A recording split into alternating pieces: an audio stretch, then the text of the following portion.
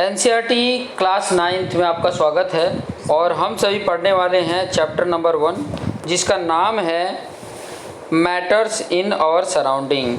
मतलब हमारे चारों तरफ जो कुछ भी मैटर जो कुछ भी है वो एक मैटर ही है, ठीक है। और उन्हीं मैटर्स के बारे में स्टडी करना है, ये पूरा चैप्टर नंबर 1 बता रहा है। तो एक एक पॉइंट मैं डिटेल में समझाऊंगा कि क्या क्या इसमें ज़रूरी होती हैं, ठीक है। वो सारा कुछ डिटेल में मैं समझाऊंगा। पार्टिकल्स नेचर ऑफ मैटर, मतलब मैटर के जो पार्टिकल्स होते हैं, जो भी मतलब मैटर्स हैं उनके पार्टिकल होते हैं, उससे रिलेटेड कुछ और इम्पोर्टेंट पॉइंट है। जैसे कि यहाँ पर बोला है एनीथिंग दैट ऑक्यूपाई स्पेस, मतलब कोई भी चीज़, मैटर किसको बोलते हैं वही चीज़ पहले समझे कि दुनिया में कोई भी चीज़ है, ठीक है, हमारे आसपास जो भी कुछ है जो एक स्पेस घेरता हो, स्पेस लेता हो, ठीक है, कुछ स्पेस कवर करता हो। Anything that occupy space and has mass is felt by sense is called as a matter. हमारे जो सेंस हैं, जैसे कि हमारे सेंस आँख है, नाक है, कान है, फिर बाद में आपका स्किन है, ठीक है, आपका टंग है, इनकी हेल्प से हम उसको जानते हैं कि वो क्या है, कि वो स्पेस ले रहा है, एक तो पहले कुछ कवर कर रहा है और उसका कुछ मास होता है, उसी को बोला जाता है मैटर। तो इसका डेफिनेशन लिखना हो तो anything that occupy space and has mass and it felt by sense is called matter. आगे और कुछ पॉइंट बोला, matter is the form of 5 basic element जिसको पंच तत्व बोला जाता है। मैटर किस किस फॉर्म में होता है? एयर के फॉर्म में होता है, ठीक है, सॉइल मतलब अर्थ के फॉर्म में होगा, फायर के फॉर्म में होगा, स्काई के फॉर्म में होगा और वाटर के फॉर्म में होगा।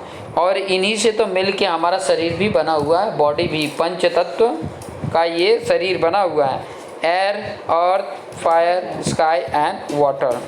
अब आगे कुछ देखेंगे कि characteristic of particles of matter, मतलब जो मैटर के पार्टिकल्स हैं जिससे मैटर बना हुआ है उसकी कैरेक्टरिस्टिक क्या है। कैरेक्टरिस्टिक बता दें कि जो उसकी पार्टिकल की कैरेक्टरिस्टिक में, मतलब वो क्या होते हैं, मेड ऑफ टाइनी पार्टिकल, वो छोटे छोटे पार्टिकल से मिलकर बने होते हैं, वो मैटर होते हैं। छोटे छोटे टाइनी पार्टिकल मतलब बहुत ही छोटे छोटे पार्टिकल से मिलकर बना होता है। दूसरा, vacant space exist in particles, मतलब जो पार्टिकल्स होते हैं उनके बीच में ना कुछ स्पेस, कुछ जगह हो जाती है, वॉइड्स होती है, कुछ ना कुछ जगह होती है। Particles are in the continuous motion, जो पार्टिकल्स होते हैं वो कंटिन्यूस मोशन करते रहते हैं। जैसे कि एयर के पार्टिकल्स दिख रहे थे वो मोशन करते रहे, लिक्विड के पार्टिकल भी मोशन में करते रहते हैं। लेकिन अगर सॉलिड के पार्टिकल देखोगे तो वो मोशन में नहीं रहते हैं। क्यों? क्योंकि वो बहुत ही एकदम कंपैक्टेड रहते हैं। इसलिए particles are held together by force of attraction. Particles जो एक दूसरे से कनेक्टेड में हैं, ठीक है, वो किस रीजन से हैं? तो वो है फोर्स ऑफ अट्रैक्शन के रीजन से। जैसे हमारी बॉडी पूरी स्ट्रक्चर कैसे बनी हुई है, छोटे छोटे पार्टिकल से मिलकर बनी हुई है, लेकिन उसके अंदर हर एक पार्टिकल के बीच में वो गम नहीं लगाया गया है कि वो चिपके हुए हैं।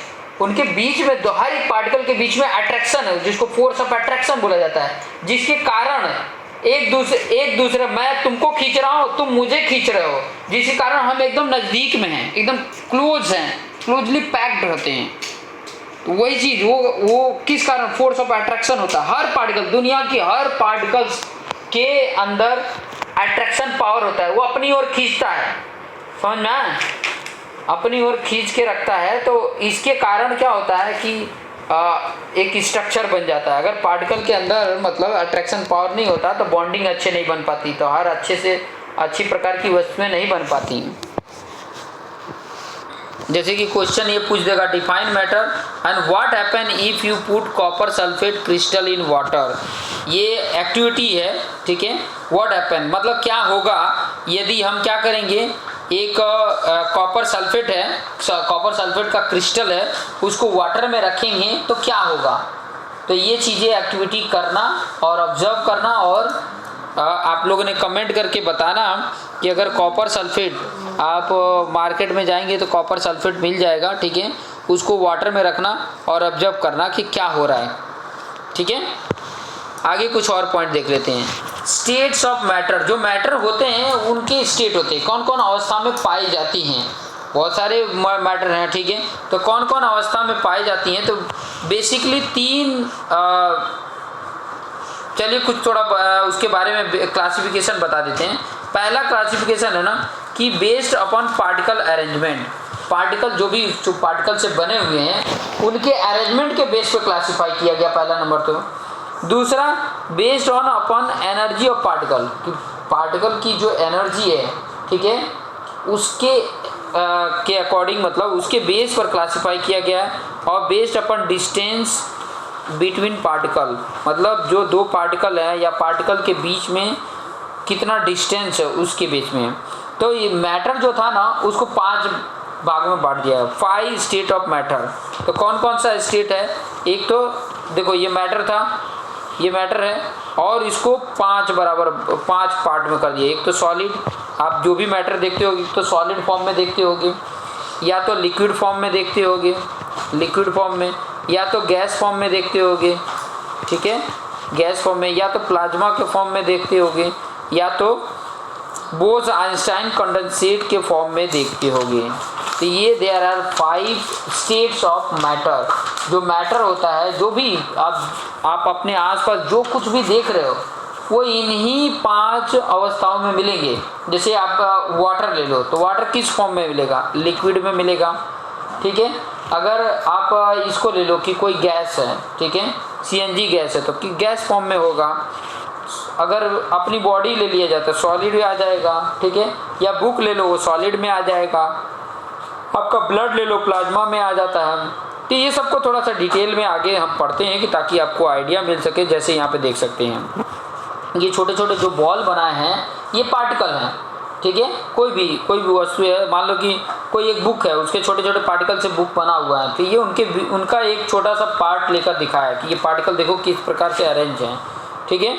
तो सॉलिड को अगर देखोगे, ये थोड़ा सा डिटेल में बता देता हूँ, सॉलिड, लिक्विड एंड गैस, ठीक है। तो सॉलिड में देखोगे एकदम मतलब बहुत कम उनके बीच में गैपिंग दिख रही है, लेकिन लिक्विड में बहुत गैपिंग दिख रही है, सॉलिड में तो बहुत ज़्यादा गैपिंग उनके बीच में दिख रही है। तो ये प्रॉपर तरीके से, अब पहला ही देख लो, पहला अगर देखोगे सॉलिड और लिक्विड और गैस में थोड़ा सा कैटेगराइज करके इसको बता देता हूँ क्योंकि ये बहुत काम आने वाला है, बहुत इम्पॉर्टेंट है। तो जब सॉलिड को देखोगे तो इसका शेप और इसका वॉल्यूम क्या होता है, डेफिनिट होता है। इसकी अगर shape, fix shape and definite volume होता है। वॉल्यूम का मतलब जितना स्थान घेरना है उतना ही घेरेगा, चाहे यहाँ पर रखो चाहे वहाँ पर रखो, ठीक है। जितना प्लेस कवर कर रहा है उतना ही करेगा, तो वो क्या होता है, वॉल्यूम होता है। और जैसा शेप है वैसे यहाँ पर रखा था, दूसरे जगह पर रख दिया तो भी वैसे ही शेप रहने वाला है, तो उसको बोला जाता है fix shape and definite volume. उसका शेप फिक्स रहता है, जैसा है वैसे ही आकार में रहेगा, और वॉल्यूम मतलब जितना है उतना ही वॉल्यूम रहने वाला है, ठीक है।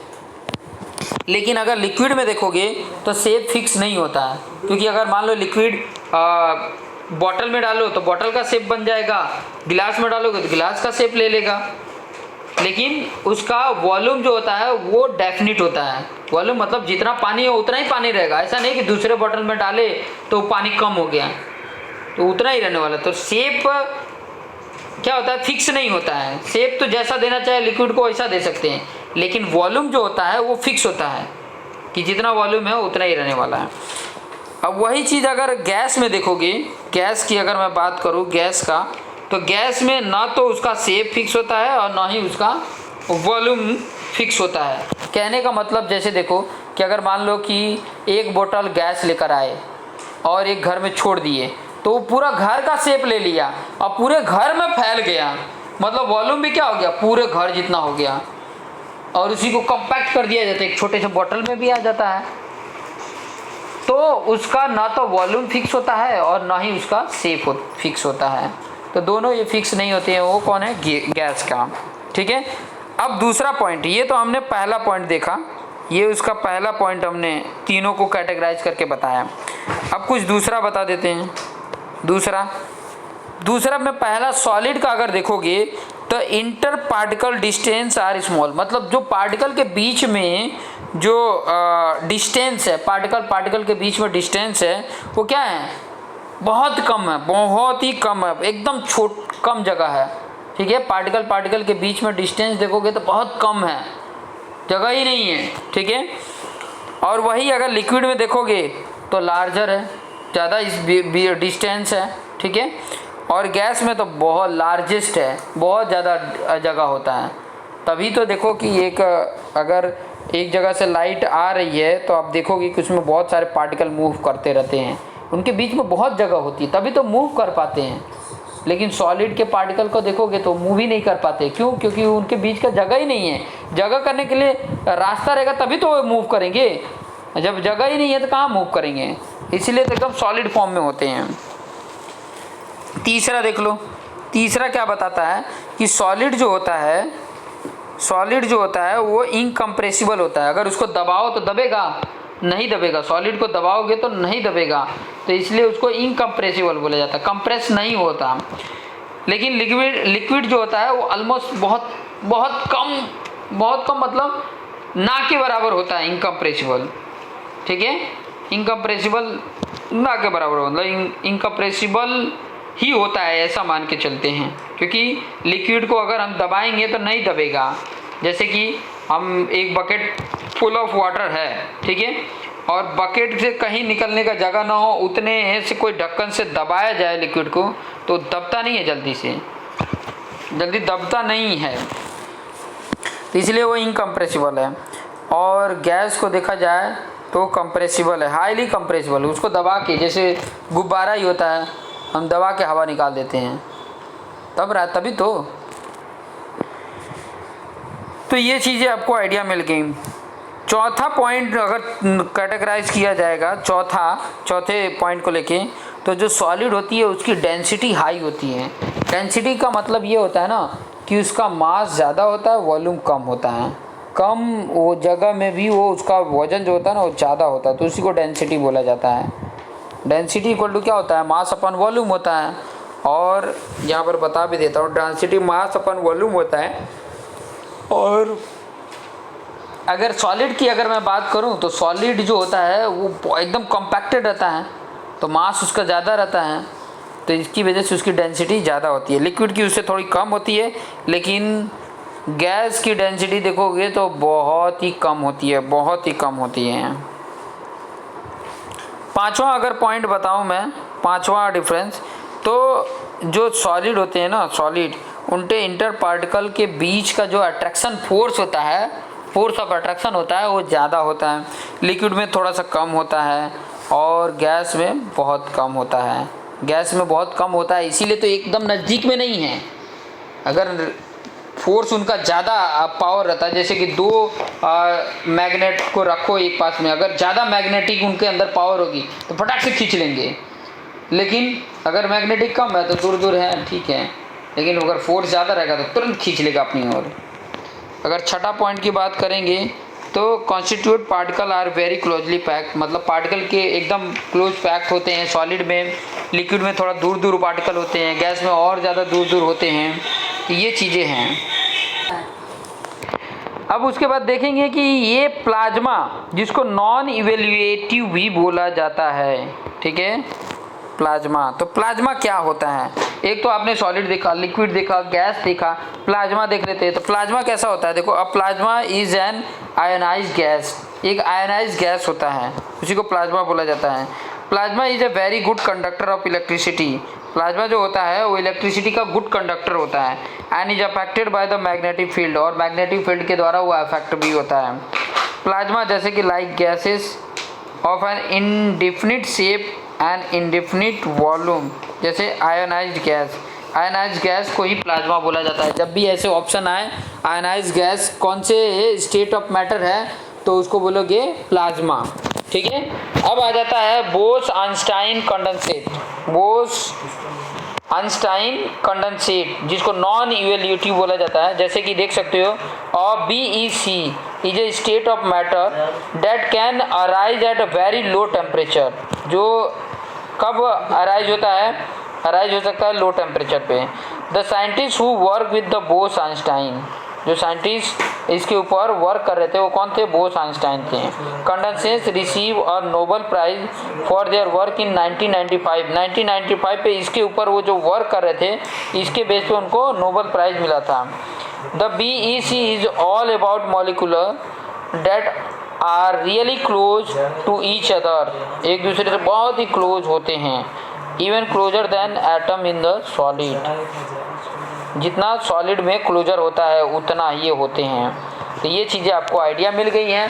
तो इस तरीके से आपको जितने भी ऐसे क्वेश्चंस आते हैं उनको करेंगे। आगे और भी इसके टॉपिक से रिलेटेड और भी इम्पोर्टेंट पॉइंट मैं बताऊंगा, तो आप इससे रिलेटेड देखते रहो और अपने आप को बेस्ट बनाते रहो। Thank you for watching this video.